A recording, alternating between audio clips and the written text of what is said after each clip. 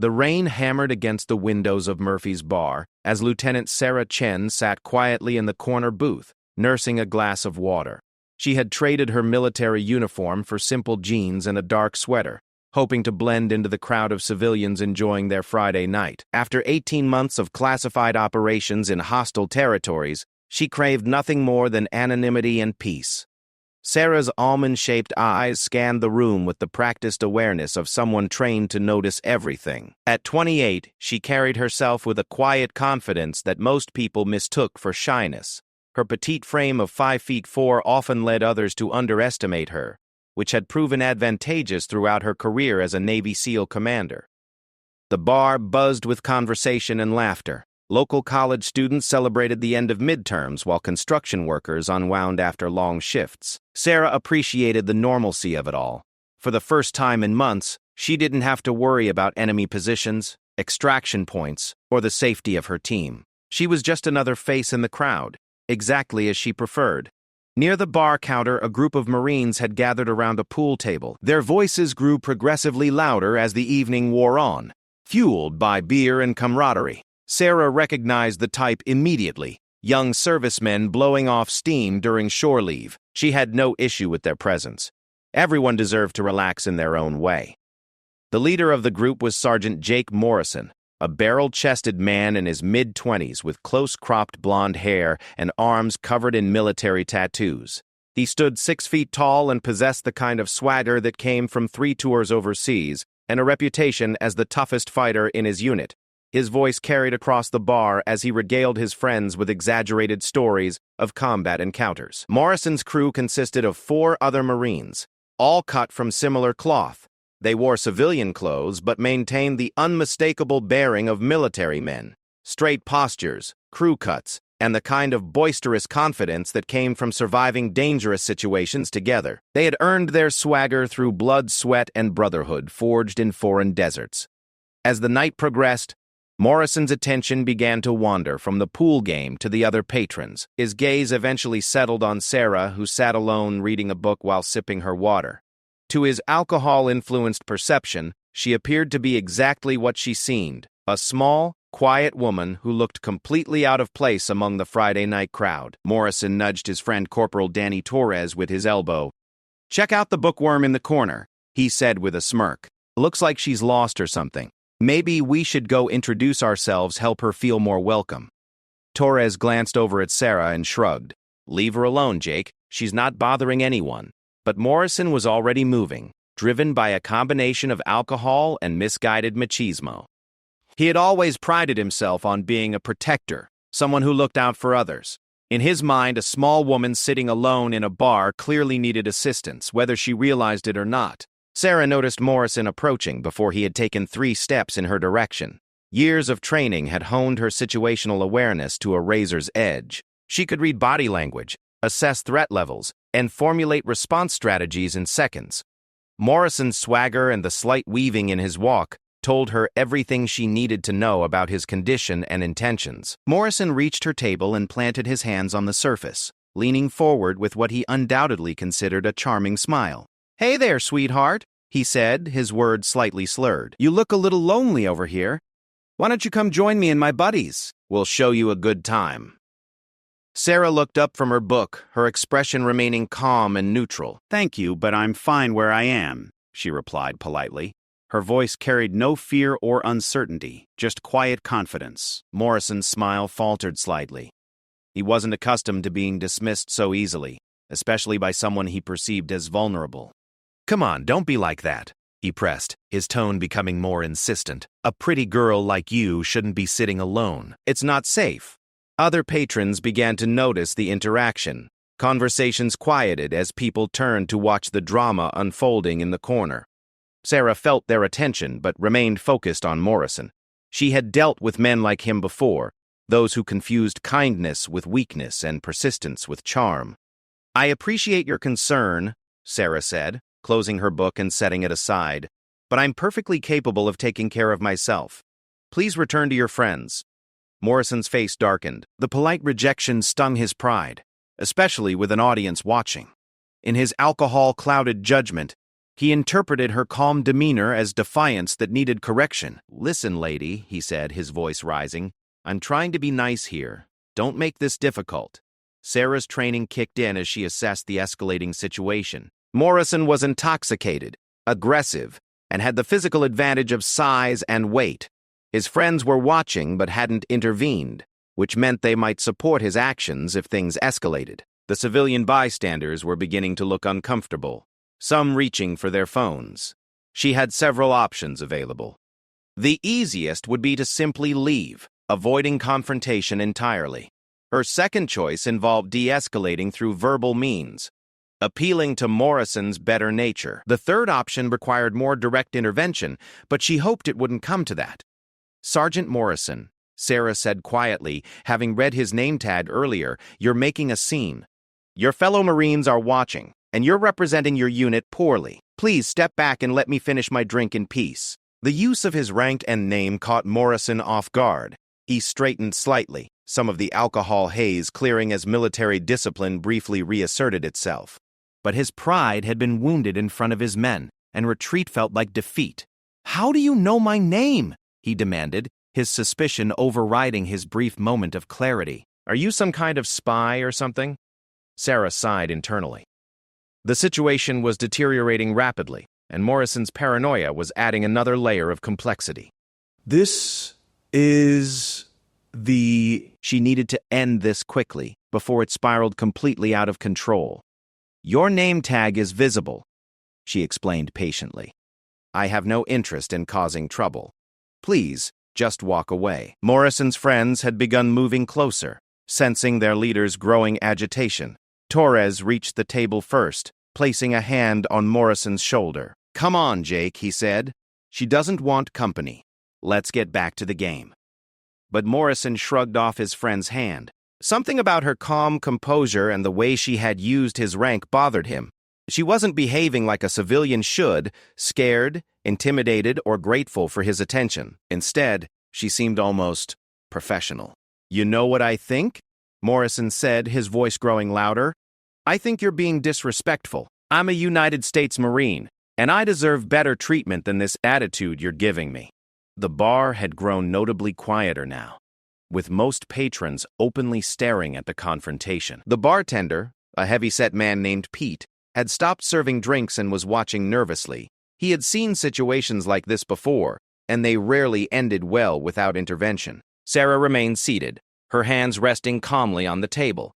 She could feel the weight of everyone's attention, the expectation that she would either submit to Morrison's demands or create a bigger scene by arguing with him. Neither option appealed to her. "Sergeant," she said, her voice carrying the unmistakable tone of command authority, "you're drunk, you're being inappropriate, and you need to stand down immediately." The words hit Morrison like a physical blow. The tone, the terminology, the absolute confidence behind them. They spoke of military training and experience. But looking at the small woman before him, he couldn't reconcile what he was hearing with what he was seeing. "Who the hell do you think you are?"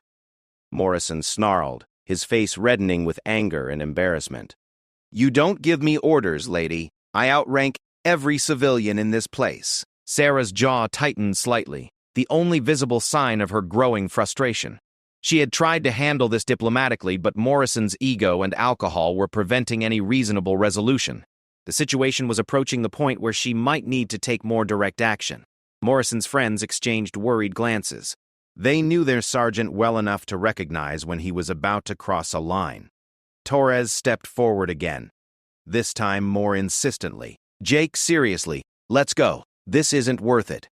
But Morrison was beyond reasoning now. The combination of alcohol, wounded pride, and genuine confusion about Sarah's identity had pushed him past the point of rational thought. He saw only a small woman who had embarrassed him in front of his men and refused to show proper respect for his service and sacrifice. "I think you need to learn some manners," Morrison said, reaching out to grab Sarah's arm. "Maybe a trip outside will help you understand how to talk to your betters." The moment his fingers closed around Sarah's wrist, everything changed. The careful control she had maintained throughout the encounter evaporated, replaced by years of combat training and protective instincts. Morrison had crossed from verbal aggression to physical assault. triggering responses that had been drilled into her through countless hours of preparation. Sarah's free hand moved with lightning speed, striking Morrison's wrist at a precise pressure point that caused his grip to immediately weaken. Before he could react, she had twisted her arm free and was standing, her movement so fluid and quick that most observers missed the transition. Morrison stumbled backward, more from surprise than pain, staring at his tingling hand. "What the—" "Final warning," Sarah said, her voice now carrying unmistakable steel. "Walk away now, or this ends badly for you." The transformation in her demeanor was complete.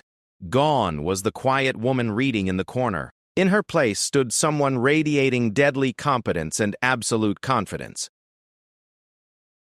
Her stance, her expression, her entire presence screamed military training of the highest caliber.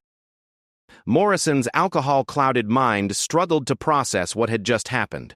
His hand was still tingling from whatever she had done to his wrist, and the woman before him bore no resemblance to the passive target he had expected to intimidate. But his pride wouldn't let him back down, especially not in front of his men, and a bar full of witnesses. "You want to play rough?" Morrison growled, flexing his hands and moving into what he considered a fighting stance. "Fine. Let's see what you've got, sweetheart." Sarah's heart rate remained steady as she evaluated her opponent. Morrison was bigger and stronger, but he was also drunk, angry, and broadcasting his intentions like a neon sign. His stance was sloppy, his balance compromised, and his judgment impaired. Under normal circumstances, he might have posed a reasonable challenge. In his current condition, he was more liability than threat. The bar patrons began backing away, creating a circle around the two combatants. Cell phones appeared as people prepared to record what they assumed would be a brief and ugly confrontation between a large, aggressive man and a small woman who was about to learn a harsh lesson. Pete the bartender reached for his phone to call the police, but Torres waved him off. "Give it a minute," the corporal said. "Jake needs to learn this lesson himself." Morrison threw the first punch, a wild haymaker aimed at Sarah's head. To him, it felt like a devastating blow that would end the fight immediately. To Sarah, it moved with the speed of molasses, telegraphed so obviously that she had already begun her counter-movement before his fist started traveling. She stepped inside his swing, letting his arm pass harmlessly over her shoulder, while driving her elbow into his solar plexus with surgical precision. The impact drove the air from Morrison's lungs in a violent exhale, doubling him over and leaving him gasping. Before he could recover, Sarah grabbed his extended arm and used his own momentum against him, executing a textbook hip throw that sent the much larger man crashing to the floor with enough force to rattle nearby tables. Beer glasses jumped and several patrons yelped in surprise. Morrison lay on his back, stunned and struggling to breathe. The entire exchange had taken less than 3 seconds, and most of the witnesses hadn't even seen exactly what happened. One moment Morrison was throwing a punch, the next he was on the floor looking like he'd been hit by a truck. Sarah stood over him, not even breathing hard. "Stay down," she advised calmly. "We're finished here." Morrison's friends stared in shocked silence. They had seen their sergeant in dozens of fights, both in bars and in combat zones. He was tough, experienced, and had never been taken down so easily by anyone. The small woman standing over him had moved with a speed and precision that spoke of training far beyond anything they had encountered. Morrison himself was experiencing a cocktail of pain, embarrassment, and genuine fear. His ribs ached where her elbow had connected, his back throbbed from the impact with the floor, and his pride lay in tatters. But more than that, he was beginning to understand that he had made a serious mistake in judgment. "Who are you?" he wheezed from the floor, looking up at Sarah with new respect and wariness. Sarah looked down at him with an expression that mixed disappointment with professional assessment. "Someone you shouldn't have pushed," she replied simply. The bar remained silent, except for the sound of Morrison's labored breathing and the distant rumble of thunder outside. Everyone was processing what they had witnessed, a demonstration of skill so complete and effortless that it redefined their understanding of what was possible. Torres knelt beside his sergeant, helping him into a sitting position. Morrison winced as he moved, already feeling the effects of his brief encounter with the floor. His ego was bruised far worse than his body, but a seed of genuine curiosity was beginning to grow through his anger and embarrassment. You military? Morrison asked, his voice still strained. Sarah considered her response carefully. Her cover was essentially blown anyway, and Morrison's friends deserved to understand why their leader had been so thoroughly defeated. Navy, she said simply. Morrison's eyes widened. Navy? What, like a nurse or something? The question drew a slight smile from Sarah, the first expression other than professional calm that anyone in the bar had seen from her.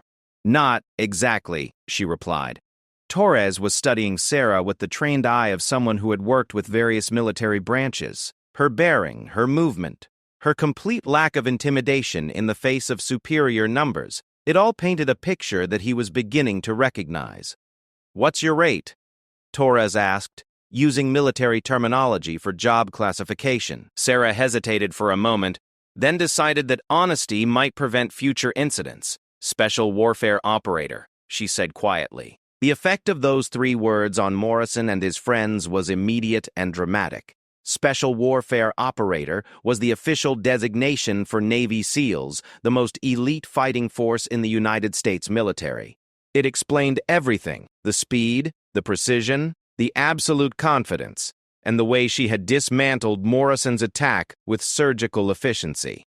Morrison's face went through several color changes as the implications sank in. He had attempted to physically intimidate and assault a Navy SEAL. Not just any SEAL, but based on her age and bearing, likely a very experienced and highly trained one. The embarrassment was overwhelming, but it was quickly being replaced by something approaching terror as he realized how badly things could have gone. "Oh, God," Morrison whispered. "I'm so sorry. I didn't know. I mean, I thought you looked like a civilian woman who couldn't defend herself," Sarah finished for him. "I know what you thought." She extended her hand to help Morrison to his feet, a gesture that surprised everyone in the bar. Despite what had just occurred, there was no anger or vindictiveness in her manner, just professional assessment and perhaps a touch of sympathy for someone who had learned a hard lesson. Morrison accepted her help, struggling to his feet with obvious discomfort. Standing before her now, he felt smaller than he had in years, despite his significant physical advantages. He had been defeated so completely and effortlessly that he questioned everything he thought he knew about combat and strength. "Ma'am," he said, automatically reverting to military courtesy, "I apologize for my behavior. There's no excuse for what I did." Sarah nodded acknowledgement of his apology, but didn't immediately accept it. "Sergeant Morrison," she said, her voice carrying the authority of superior rank and experience, "you made several serious errors in judgment tonight. You allowed alcohol to cloud your thinking. You assumed superiority based on physical appearance, and you escalated a situation that could have been resolved peacefully." Morrison stood at something approaching attention, his military training overriding his civilian surroundings. His friends watched in fascination as their typically cocky sergeant transformed into a chastened recruit, receiving instruction from a superior officer. "Yes, ma'am," Morrison replied, his voice subdued. "More importantly," Sarah continued, "you represented your unit and the United States Marine Corps poorly. Your behavior reflected badly on every Marine who has earned the right to wear the uniform through dedication and sacrifice." The words hit Morrison harder than any physical blow could have. He was intensely proud of his service and his fellow Marines. To be told that he had dishonored their shared commitment was devastating. "I understand, ma'am," he said, his voice barely above a whisper. Sarah studied him for a moment, reading the genuine remorse in his expression and posture. She had dealt with enough military personnel to recognize when someone truly understood their mistake versus when they were simply going through the motions of contrition. "Your apology is accepted, Sergeant," she said finally. "Learn from this experience." The tension in the bar began to ease as it became clear that the confrontation was over. Patrons slowly returned to their conversations, though many continued to steal glances at the small woman who had just defeated a much larger Marine with casual efficiency. Morrison's friends gathered around him, their expressions mixing concern for their leader with newfound respect for Sarah. They helped him back to their table, where he sat heavily and stared into his beer without drinking. Sarah returned to her booth and picked up her book, but she could feel the weight of every gaze in the establishment. Her quiet evening had been thoroughly disrupted, and she suspected that word of the incident would spread quickly through the local military community. As she prepared to leave, Torres approached her table again, this time with obvious respect. "Ma'am," he said quietly, "if I may ask, what's your rank?" Sarah looked up from her book, considering whether to answer. Military protocol and courtesy suggested that she should, but operational security concerns made her hesitant to reveal too much personal information. "Commander," she said simply. Torres's eyes widened further. A commander in the SEALs was not just an operator, but a leader of operators, someone who had reached the pinnacle of special operations through years of exemplary service and demonstrated competence. Morrison hadn't just picked a fight with a SEAL, he had assaulted a senior officer with more combat experience than his entire unit combined.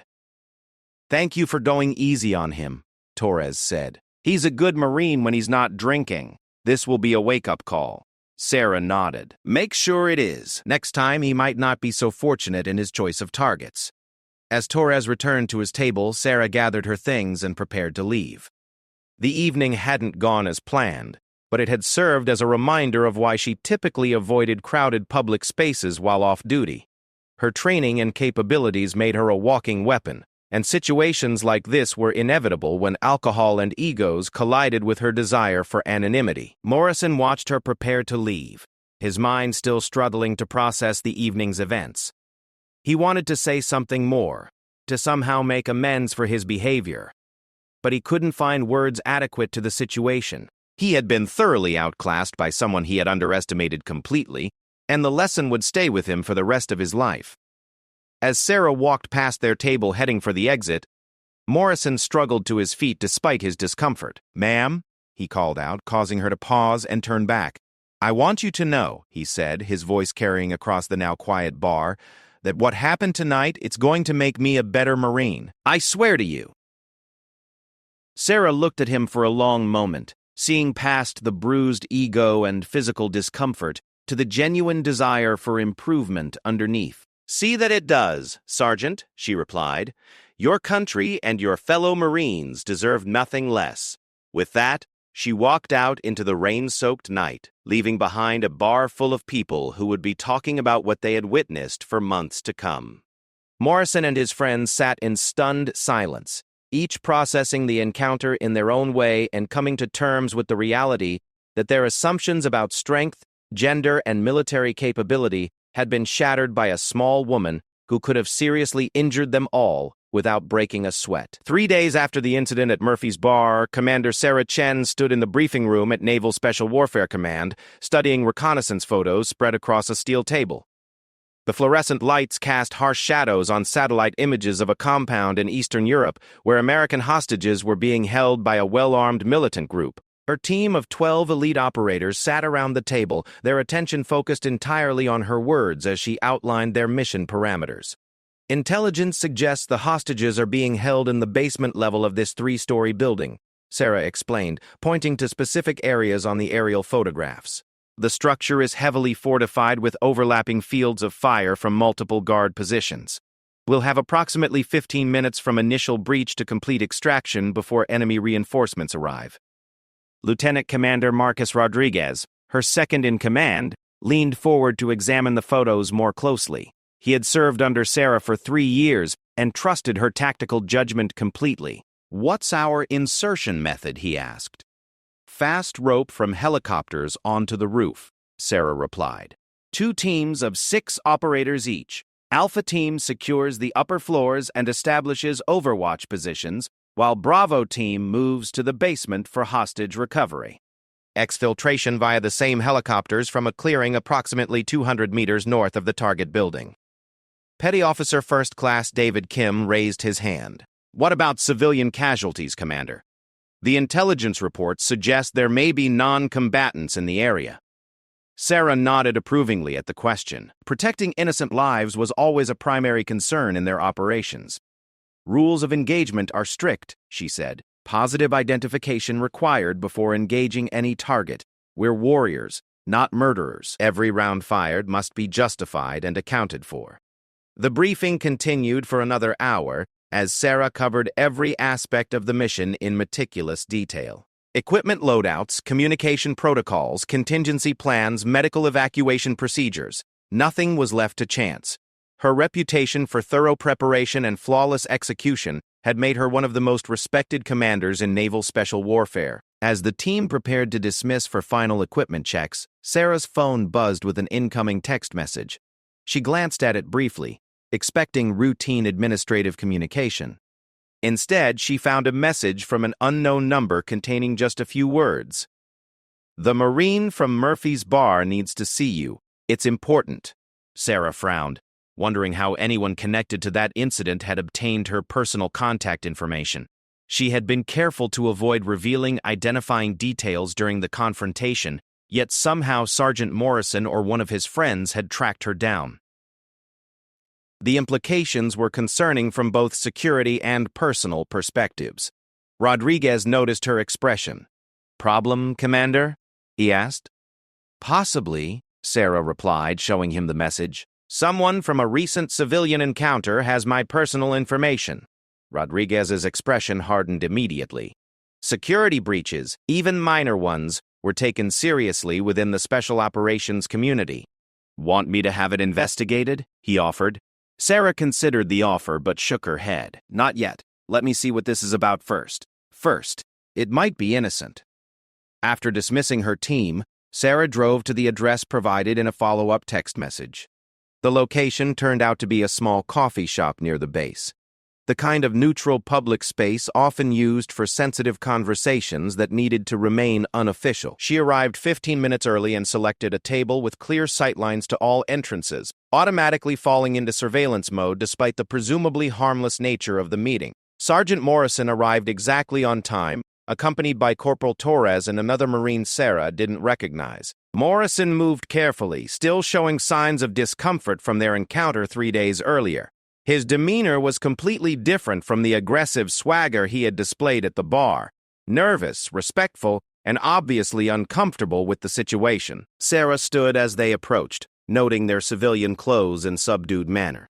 "Sergeant Morrison," she said with professional neutrality, "you wanted to speak with me."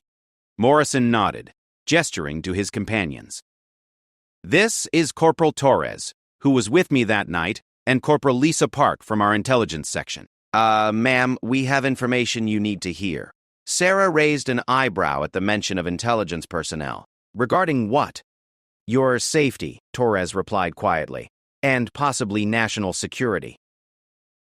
Sarah gestured for them to sit, her interest now fully engaged. Intelligence matters related to national security fell squarely within her area of responsibility, regardless of how the information had been obtained.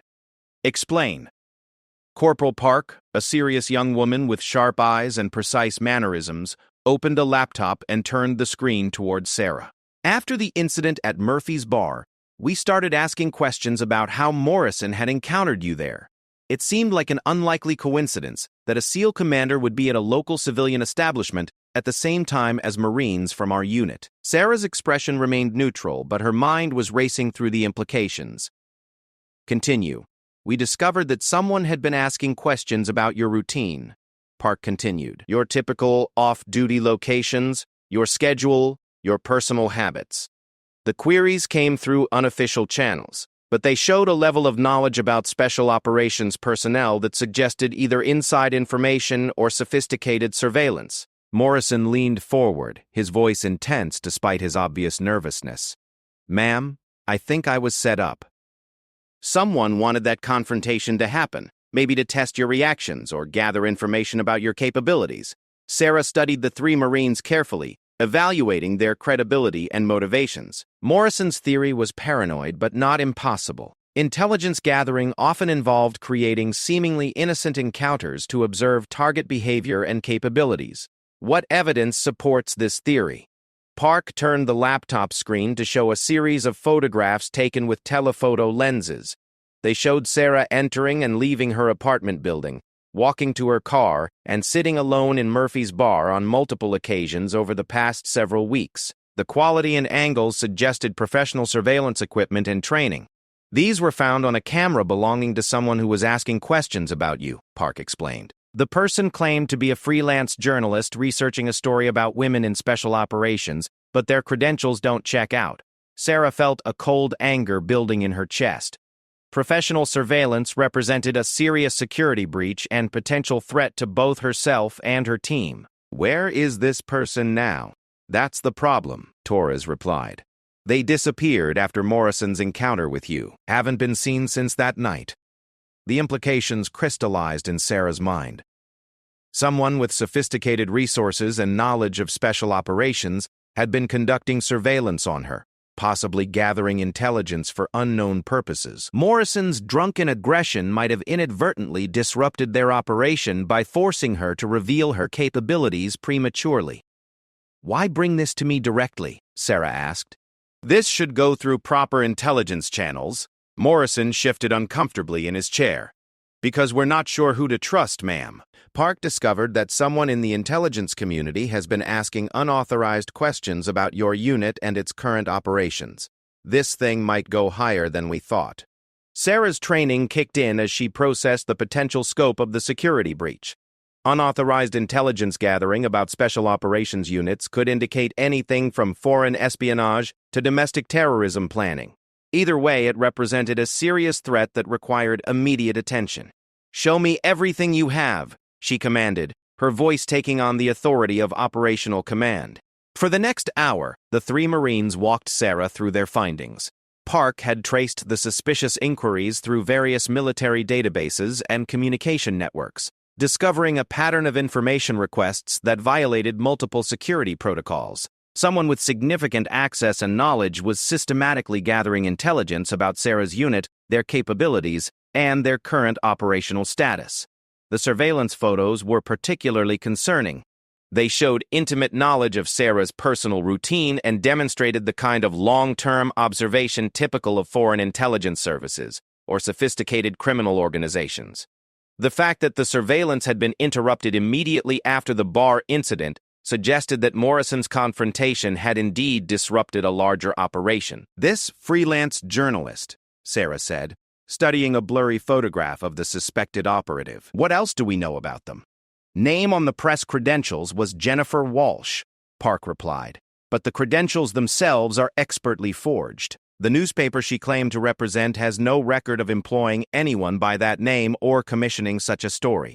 Torres added, "She was staying at a hotel downtown under the same false identity, paid cash for everything, left no digital footprints, and checked out the morning after the bar incident without notice." Sarah memorized every detail of the intelligence package, her mind already formulating response strategies. The security breach represented an immediate threat to her team and potentially to ongoing operations. Standard protocol required her to report the matter through official channels, but Morrison's concerns about internal security compromises couldn't be ignored. "Sergeant Morrison," she said finally, "I need to ask you a direct question, and I need an honest answer." Morrison straightened in his chair. "Yes, ma'am. Was your behavior at the bar genuine, or were you influenced by outside parties to approach me?"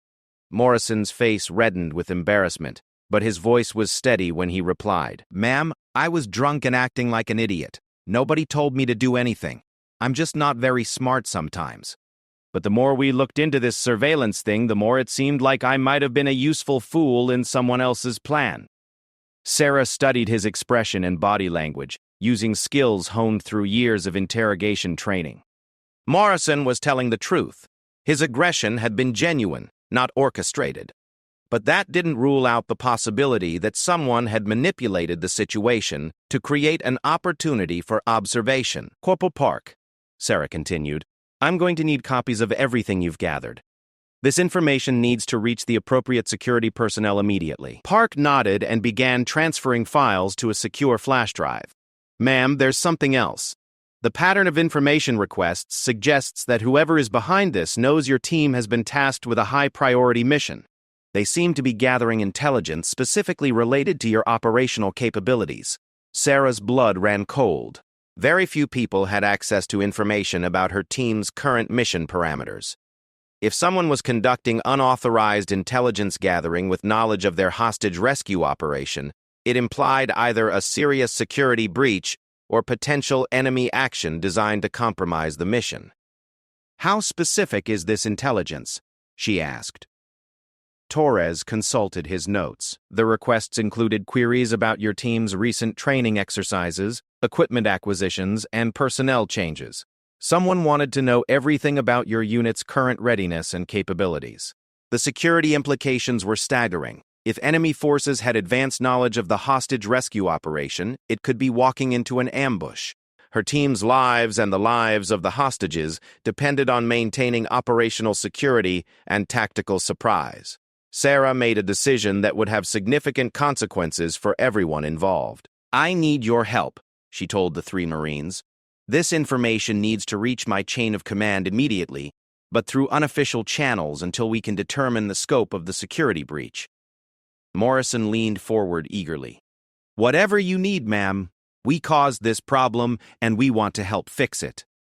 "You didn't cause anything," Sarah corrected. "You may have accidentally helped expose a serious security threat, but from this point forward, this becomes a classified matter. Are you all prepared to accept that responsibility?" All 3 Marines nodded without hesitation. Despite Morrison's earlier behavior, they understood the gravity of the situation and their duty to protect operational security. Sarah spent another 30 minutes briefing the Marines on security protocols and establishing communication procedures for sharing additional intelligence. She provided them with secure contact information and specific instructions for gathering additional evidence without compromising themselves or the ongoing investigation. As the meeting concluded, Morrison stood and faced Sarah directly. "Ma'am, I know I acted badly at the bar. But I want you to know that discovering this surveillance operation, it makes me realize how dangerous my stupidity could have been. If I had hurt you or prevented you from discovering this threat—" "Sergeant," Sarah interrupted, "your actions, however misguided, may have inadvertently protected American lives. The surveillance was disrupted, and we now have advance warning of a potential security breach. Focus on the positive outcome." Morrison nodded gratefully. But Sarah could see that the weight of responsibility was affecting him deeply. The realization that his drunken aggression could have had national security implications was clearly sobering. "Ma'am," Torres said as they prepared to leave, "what happens now?" Sarah's expression was grim as she considered the challenges ahead. "Now we find out who's behind this surveillance and why they're interested in my team. And we do it quickly, before anyone else gets hurt." After the Marines left, Sarah remained in the coffee shop for several minutes, processing the intelligence and formulating her response strategy. The security breach represented a serious threat to both her personal safety and her team's operational effectiveness. She needed to brief her superiors immediately, while maintaining the security necessary to protect ongoing operations. Her phone buzzed with a text message from Rodriguez. "Team briefing moved up to 1400 hours. New intelligence has been received regarding the hostage situation." Sarah's blood chilled as she read the message. New intelligence about their mission, combined with evidence of unauthorized surveillance of her unit, could mean that their operational security had been completely compromised. The hostage rescue operation might be walking into a trap designed to eliminate her team and the hostages they were trying to save. She drove back to base with her mind racing through scenarios and countermeasures. The investigation into the surveillance operation would have to proceed in parallel with mission preparation, requiring careful coordination to avoid compromising either effort. Lives hung in the balance, and failure was not an option. As she approached the base gate, Sarah noticed a dark sedan that had been following her since leaving the coffee shop. Her training kicked in automatically as she varied her route and speed to confirm the surveillance. The sedan maintained its distance but matched her movements with the precision of professional operatives. Sarah's jaw tightened with determination. The surveillance operation was apparently still active, despite the disruption at Murphy's bar. Whoever was behind the intelligence gathering was now monitoring her directly, possibly preparing for the next phase of their operation. She reached for her secure phone to contact Rodriguez while continuing to monitor the surveillance vehicle. The situation was escalating rapidly, and her team needed to know that they might be walking into a compromised operation. The safety of American hostages and the lives of her operators depended on staying one step ahead of an unknown enemy who seemed to have unlimited resources and dangerous intentions. The sedan turned off just before reaching the base entrance, but Sarah knew they would be back. The intelligence war had moved from passive observation to active surveillance, and she suspected that the next escalation would involve direct action against her or her team. As she passed through the security checkpoint, there felt the familiar calm that came with accepting a dangerous mission. The surveillance threat was just another enemy to be defeated, another obstacle to overcome in service of her country. She had faced worse odds in foreign battlefields, and she would apply the same skills and determination to protecting American lives on home soil. The real battle was just beginning, and Commander Sarah Chen was ready for whatever came next. The emergency briefing room at Naval Special Warfare Command buzzed with tension as Sarah entered 15 minutes before the scheduled meeting. Her team was already assembled, their expressions grave as they studied new intelligence reports that had arrived overnight. Lieutenant Commander Rodriguez looked up as she approached, his face betraying concern that went beyond normal pre-mission nerves. "Commander," he said quietly, "we have a problem. The new intelligence suggests our hostage rescue operation has been compromised. Enemy forces at the target location have been reinforced significantly, and their defensive positions have changed in ways that suggest advanced knowledge of our planned approach." Sarah felt her stomach tighten as her worst fears were confirmed.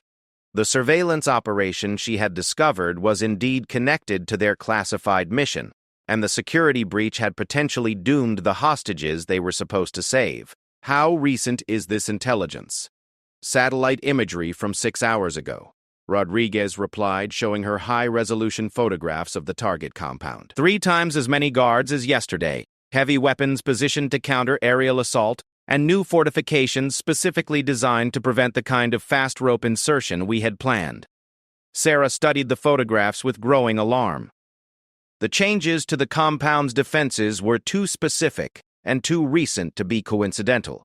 Someone with detailed knowledge of their operational plan had warned the enemy forces, giving them time to prepare countermeasures that would turn the rescue mission into a slaughter. "What's the status of the hostages?" she asked. "Still alive according to Signal's intelligence, but they've been moved to a different location within the compound," Rodriguez answered. "The basement holding area we had identified is now heavily booby-trapped. If we had proceeded with the original plan, we would have walked into a kill zone."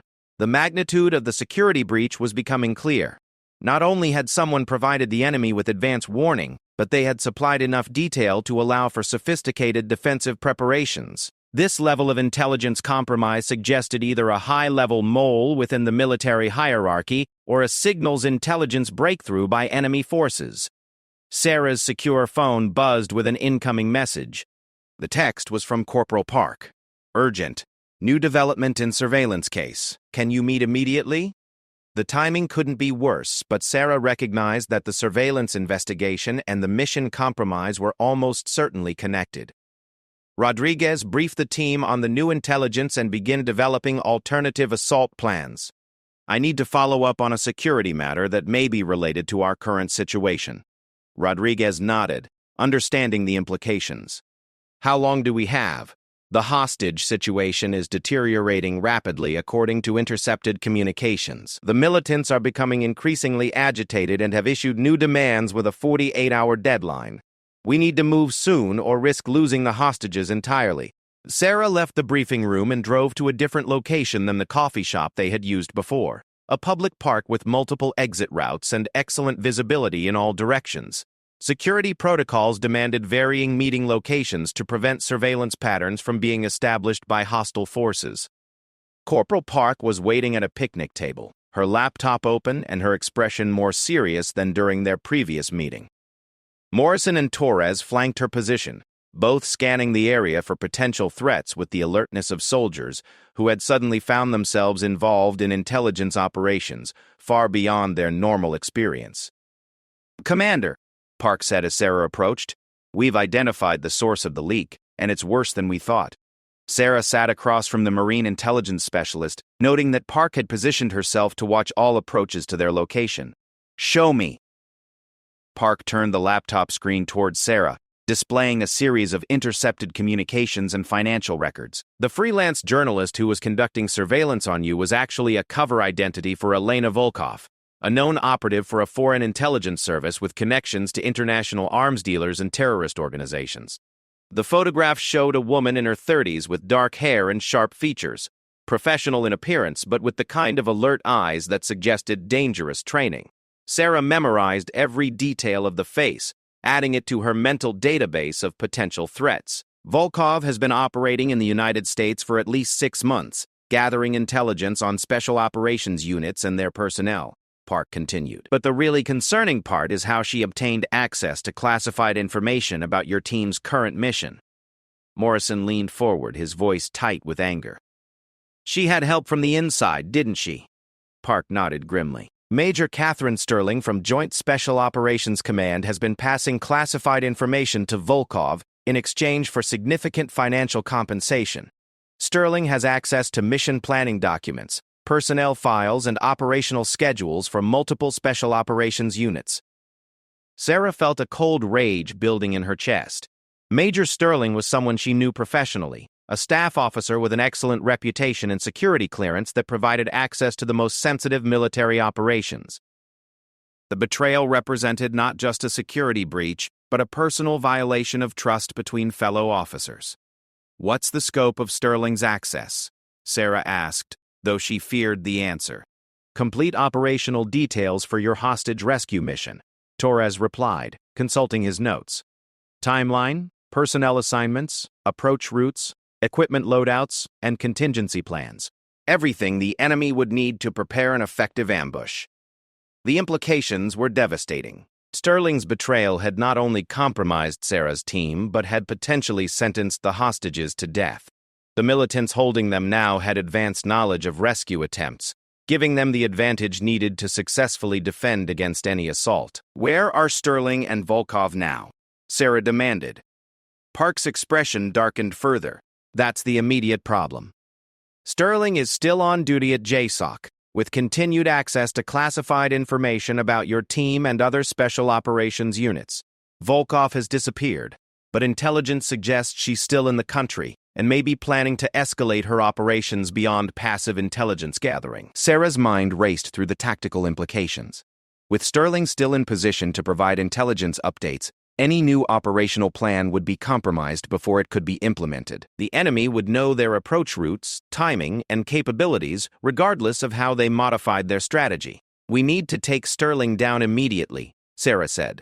But it has to be done carefully to avoid alerting Volkov or the enemy forces holding the hostages. Morrison raised his hand hesitantly.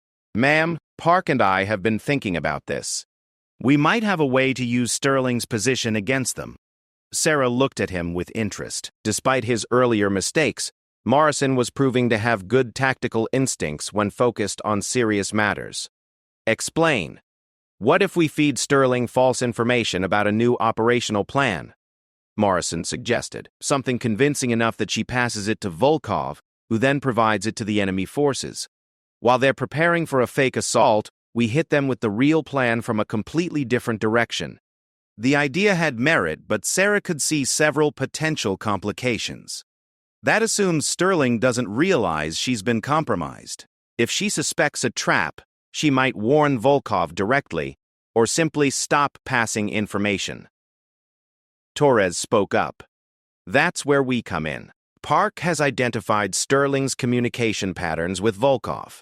If we can monitor those communications and confirm that the false information is being passed along, we know the deception is working. Park nodded agreement.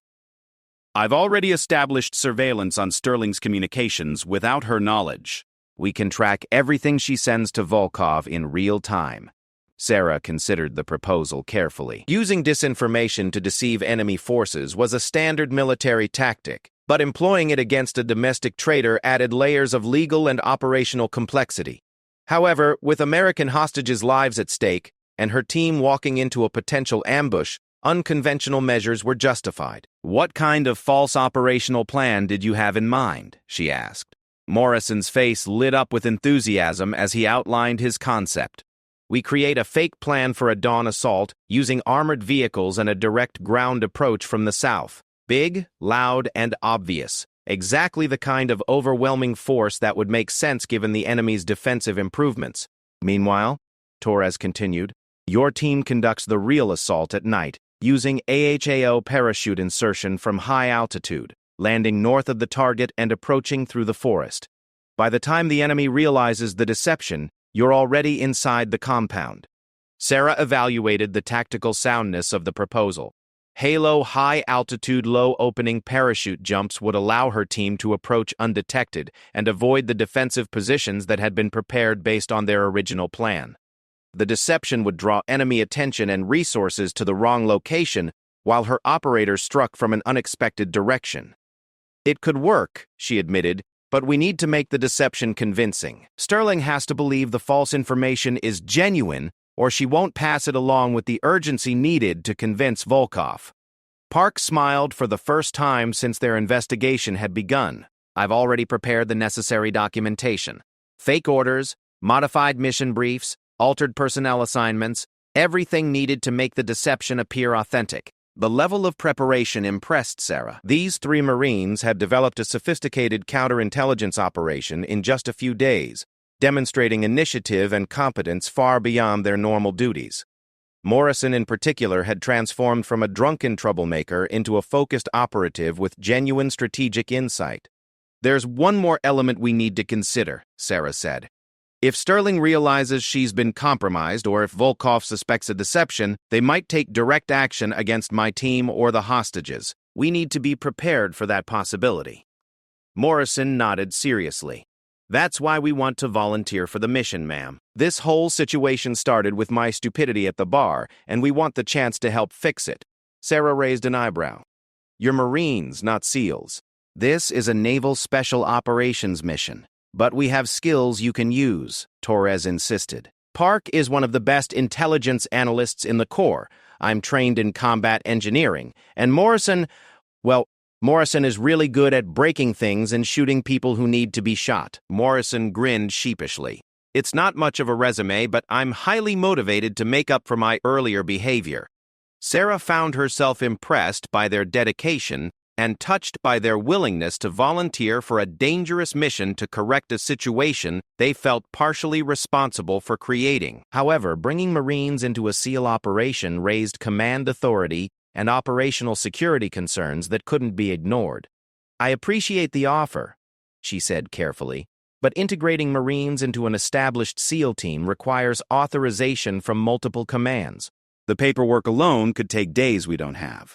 Park leaned forward with a determined expression. What if we weren't officially part of the mission? What if we just happened to be in the area conducting our own surveillance operation on Sterling and Volkov?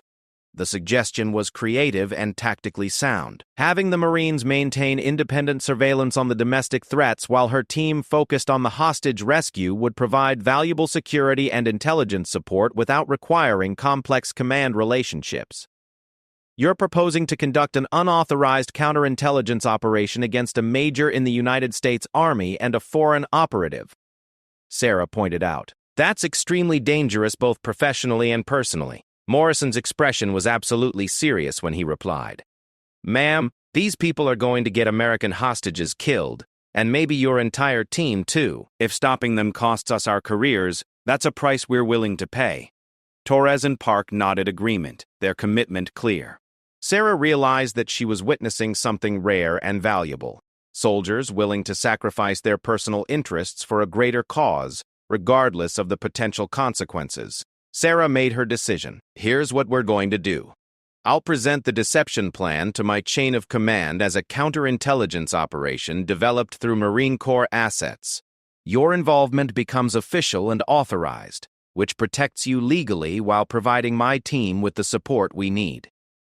The relief on all 3 faces was obvious. They had been prepared to operate outside official channels if necessary, but having proper authorization would make their mission both safer and more effective. What's our timeline? Park asked.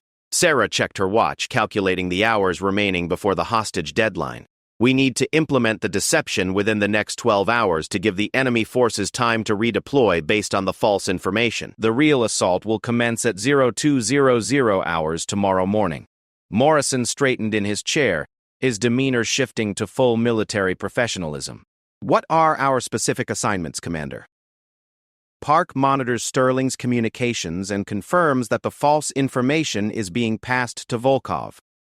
Sarah replied, Torres provides technical support and coordinates with our communications team to maintain real-time intelligence sharing. Morrison, she paused, considering how best to utilize Morrison's particular skills and motivation. Morrison coordinates with base security to ensure Sterling is taken into custody immediately after we confirm she's passed the false information. We can't risk her discovering the deception and warning the enemy forces. Morrison nodded eagerly. Yes, ma'am. I'll make sure she doesn't cause any more problems. As the Marines prepared to implement their assignments, Sarah felt a surge of confidence that had been missing since discovering the security breach. Having dedicated allies working to neutralize the domestic threats would allow her team to focus entirely on the hostage rescue without worrying about ongoing intelligence compromise. One final point, she said as they prepared to separate. From this moment forward, this operation is classified at the highest level. No communications about it except through secure channels, no discussions with unauthorized personnel, and no actions that could alert Sterling or Volkov to our plans.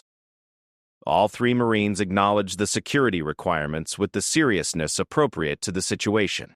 They understood that lives depended on their ability to maintain operational security while executing a complex deception operation under extreme time pressure. As Sarah drove back to base to brief her team and superiors, she reflected on the unlikely chain of events that had brought these Marines into her operation. Morrison's drunken aggression at Murphy's bar had accidentally disrupted an enemy surveillance operation, leading to the discovery of a high-level security breach that could have resulted in the deaths of both hostages and rescue personnel. Sometimes the most important battles began with the smallest encounters, and Sarah was grateful that Morrison's poor judgment had ultimately served a greater purpose. Now it was time to turn that accidental advantage into a successful mission that would save American lives and eliminate a serious threat to national security. The next 18 hours would test every skill and capability that her team and their new Marine allies possessed. Failure would mean death for innocent hostages and the continuation of a security breach that could compromise future operations. Success would require perfect coordination, flawless execution, and a considerable amount of luck. But as Sarah considered the dedication and competence demonstrated by Morrison, Torres, and Park, she felt confident that her expanded team had the capability to succeed. The enemy forces holding the hostages were about to discover that they had underestimated both the determination and the ingenuity of American Special Operations Forces. The real mission was about to begin. At 0130 hours, 30,000 feet above the target zone, Commander Sarah Chen checked her altimeter one final time before giving the signal to her team. The C-130 aircraft's cargo bay was dark except for red lighting that preserved night vision, and the 12 SEAL operators made final equipment checks in practiced silence. Each man carried specialized gear for the halo insertion, high-altitude, low-opening parachutes that would allow them to approach the target undetected. 2 minutes, Sarah announced through her throat microphone, her voice carrying clearly through the team's communication system. Below them, the target compound was invisible in the darkness, but satellite reconnaissance confirmed that enemy forces had repositioned, according to the false intelligence provided by Major Sterling. The deception was working perfectly. Lieutenant Commander Rodriguez moved beside her, his face paint making him nearly invisible in the red-lit cargo bay. Park confirms Sterling passed the false attack timing to Volkov 3 hours ago, he reported quietly. Enemy forces are concentrated on the southern approaches, expecting our fake dawn assault. Sarah nodded, feeling the familiar calm that preceded combat operations. Everything that could be planned and prepared had been completed. Now success depended on execution, training, and the courage of the operators who would follow her into hostile territory. 1 minute! She called out, moving toward the aircraft's rear ramp as it began to lower. Cold air rushed into the cargo bay, bringing with it the reality that they were about to jump into a night sky over enemy-controlled territory, with American lives depending on their success. The red light above the ramp switched to green, and Sarah stepped into empty space without hesitation. The sensation of freefall was both terrifying and exhilarating. As she plummeted through the darkness, her altimeter counting down the seconds until deployment. Around her, 11 other operators fell in formation, invisible shadows against the night sky. At 1,500 feet, Sarah deployed her parachute, feeling the familiar jolt as the canopy caught air and slowed her descent. The target compound appeared below as a cluster of lights surrounded by darkness, exactly where intelligence had indicated. She could see guard positions illuminated by floodlights, all concentrated on the southern perimeter where they expected the false attack to arrive at dawn. The team landed in a forest clearing 2 kilometers north of the compound, their parachutes automatically deploying camouflage systems that would make them nearly impossible to locate from the ground. Within minutes, all 12 operators had assembled and begun moving toward their objective through dense woodland that provided excellent concealment. Sarah's earpiece crackled with a transmission from Corporal Park, who was monitoring communications from her position at Naval Special Warfare Command. Overwatch, this is intelligence. Enemy communications indicate they're still expecting your fake assault from the south in 4 hours. No indication they've detected your actual insertion. Acknowledged intelligence, Sarah replied quietly. Continuing to target.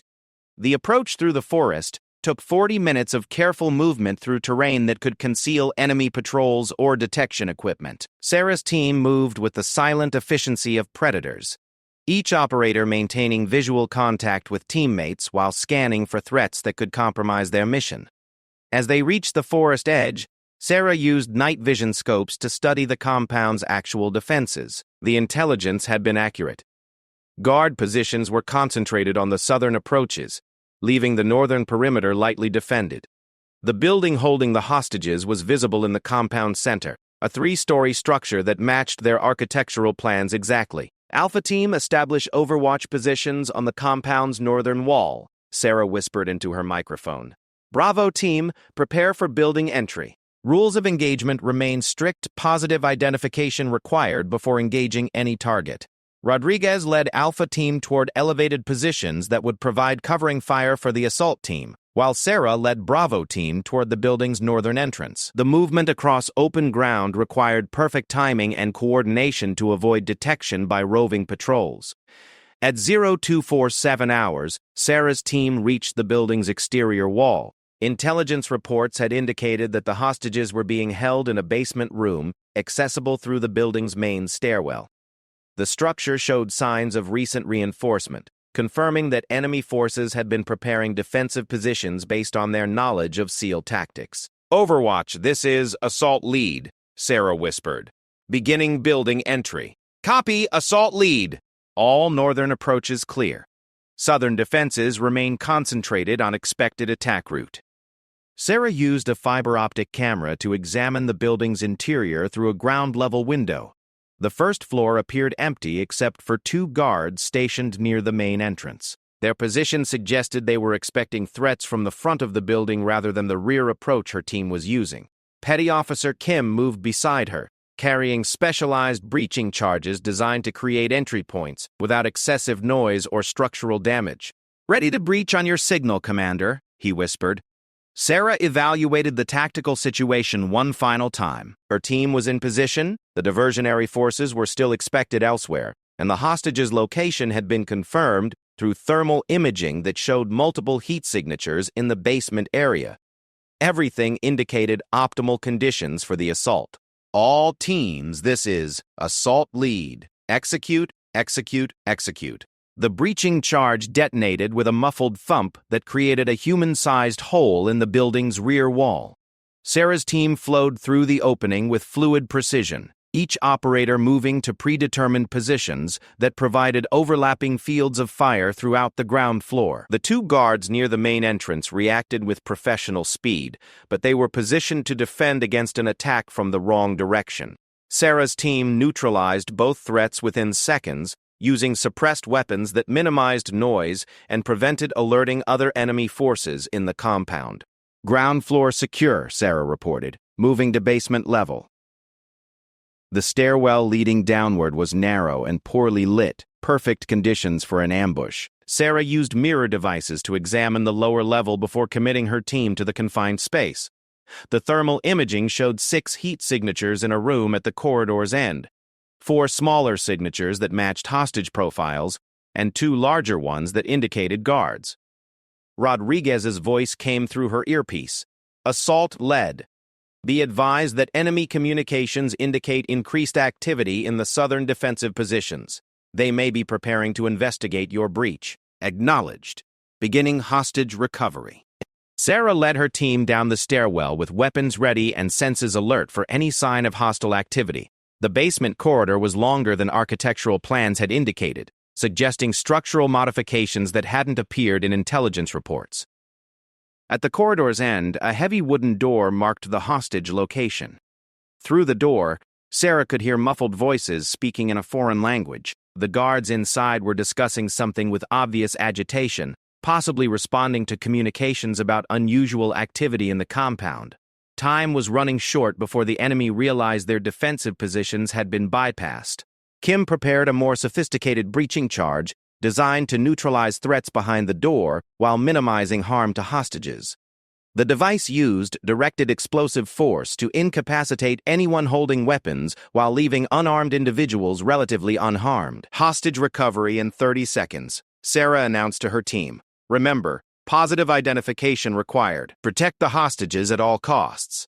The breaching charge detonated with a sharp crack that echoed through the basement corridor. Sarah's team entered the room through smoke and debris, finding exactly what intelligence had predicted.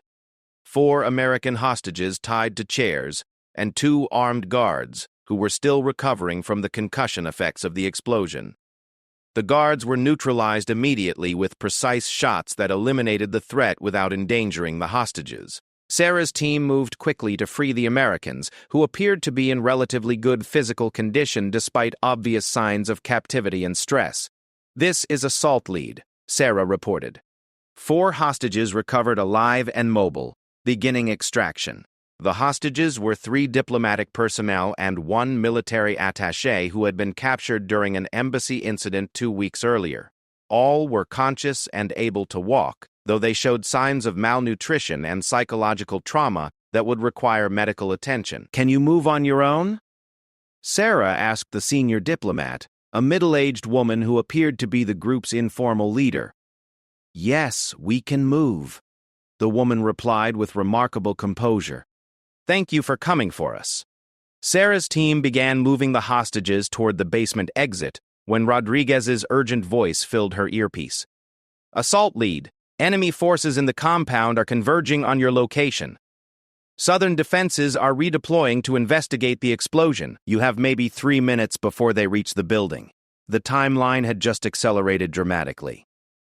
Sarah's team needed to extract the hostages and themselves from the compound before superior enemy forces could surround the building and eliminate any hope of escape. "Alpha team, prepare covering fire for immediate extraction," Sarah commanded.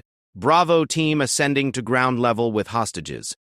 As they reached the ground floor, Sarah could hear vehicles approaching the building from multiple directions. The enemy forces had abandoned their prepared defensive positions and were responding with the speed and coordination of professional soldiers rather than undisciplined militants. Through the building's windows, muzzle flashes became visible as Rodriguez's Overwatch team engaged enemy forces attempting to surround the structure. The sound of automatic weapons fire echoed across the compound, ending any hope of maintaining stealth for the extraction. "Assault led. This is Overwatch," Rodriguez reported between bursts of gunfire. "Multiple vehicles approaching from the south and east. You need to move now." Sarah led the hostages toward the rear exit where her team had entered the building. The opening was still clear, but enemy forces were moving to cut off all escape routes from the compound. The extraction required reaching the forest edge before being trapped in a protracted firefight that would endanger both hostages and rescue personnel. "Stay close and keep moving," Sarah told the hostages as they exited the building. "We're going to run for the tree line. If shooting starts, hit the ground immediately." The sprint across open ground felt endless despite covering only 200 meters. Enemy forces were closing from multiple directions, their shouts and radio communications indicating they had realized the true nature of the assault. Sporadic gunfire erupted as guards spotted the extraction team, but Rodriguez's Overwatch position provided suppressing fire that kept the enemy from establishing effective firing positions. At 0312 hours, Sarah's team reached the forest edge with all hostages accounted for and uninjured. The extraction helicopter was already inbound, guided by GPS coordinates that would bring it to a landing zone deeper in the woods where enemy forces couldn't interfere with the pickup. "All teams, this is assault lead," Sarah announced. "Hostages secured and moving to extraction point. Mission successful." Rodriguez's team provided rear guard action as they withdrew through the forest, using hit-and-run tactics to delay enemy pursuit while the main group moved toward the helicopter landing zone. The sound of rotor blades became audible in the distance, indicating that their ride home was approaching on schedule.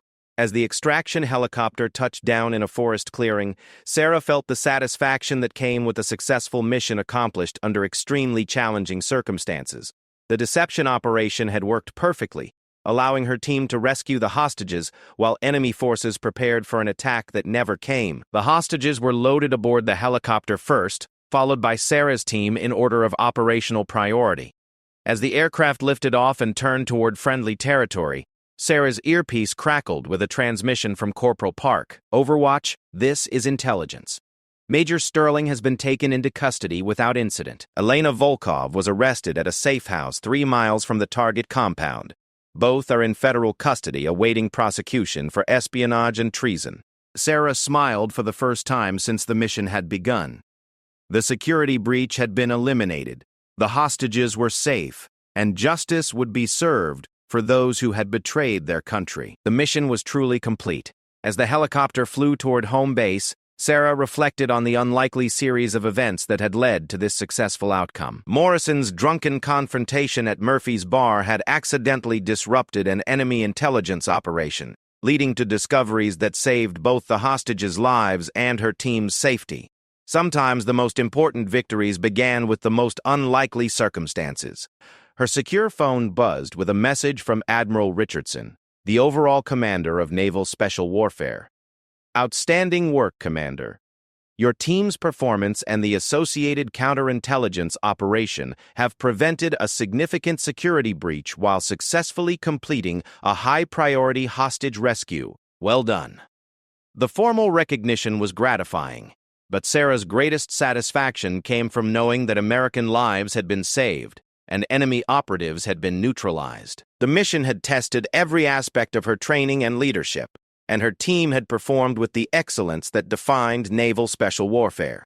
6 hours later, Sarah stood in the debriefing room at Naval Special Warfare Command, addressing the same team of operators who had gathered for the original mission briefing. The atmosphere was dramatically different now, exhaustion mixed with satisfaction, relief combined with professional pride in a job well done.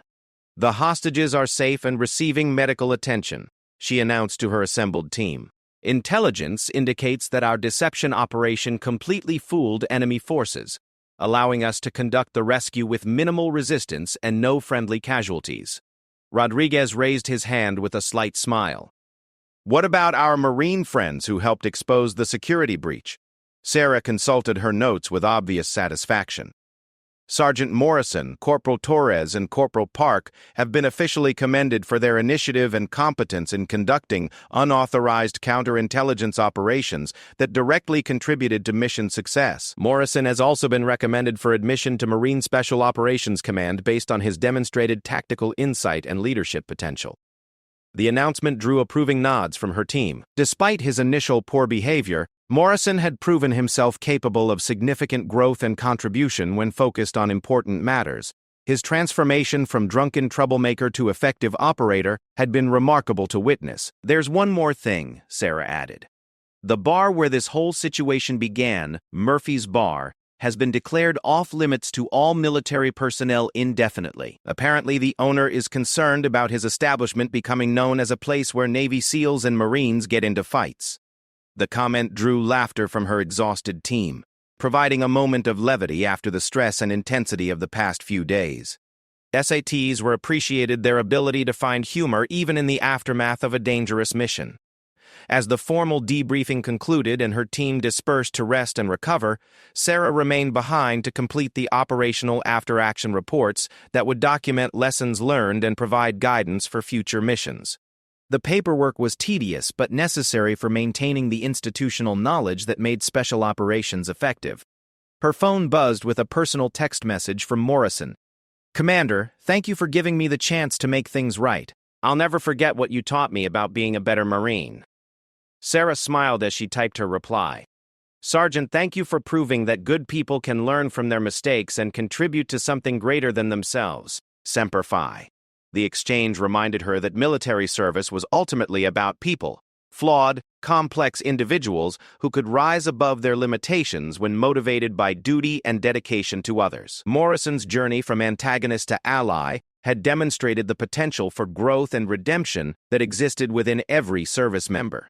As Sarah finally left the base and drove toward her apartment, she reflected on the profound changes that a single week had brought to her life and career. A routine evening at a civilian bar had led to uncovering a serious security breach, conducting a successful hostage rescue mission, and forging an unexpected alliance with Marines who had proven their worth under pressure. The surveillance threat had been neutralized, the hostages were safe, and justice had been served.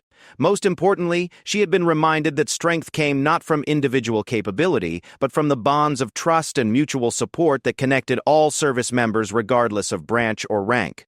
Sometimes the most important battles were won not through overwhelming force, but through the courage to stand up for what was right, even when the odds seemed impossible. Sarah had learned that lesson long ago in foreign battlefields. But Morrison and his friends had reminded her that it applied equally to confronting domestic threats and personal challenges.